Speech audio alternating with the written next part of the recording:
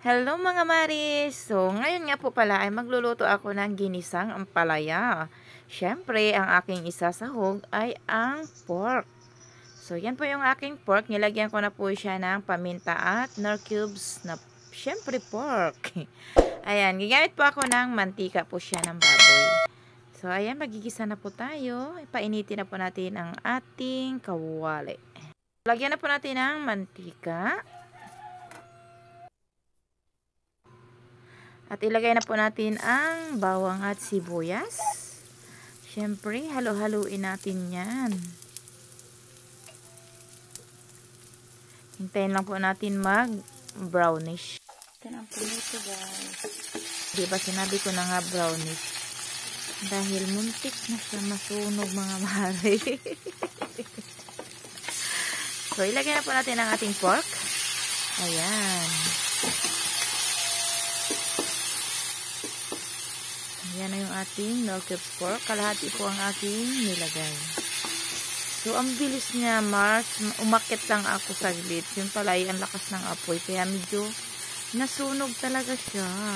So, mag-add po tayo ng salt.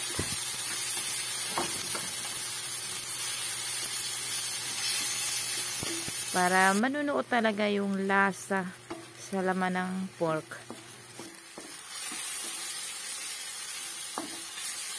So, halo-haloin lang po natin.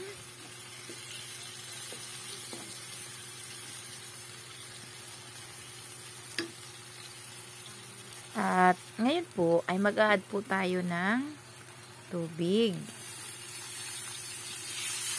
Para palalambutin lang po natin ang ating karne. So, ayan. So, ilagay na po natin ang ating ampalaya.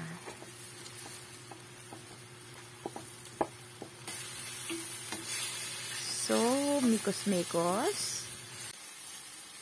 So, ito po ay half cook lang po talaga na pagkaluto para hindi siya malabog at hindi siya masyadong mapait. Ayan. Mikos-mikos. At hintayin lang po natin na medyo humibas ang kanyang sabaw.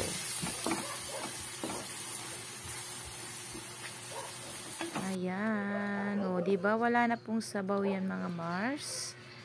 So, naglangis-langis na po. O, diba? Yan lang po. Thank you so much for watching. Paki-like po at subscribe ng aking channel. Thank you so much for watching.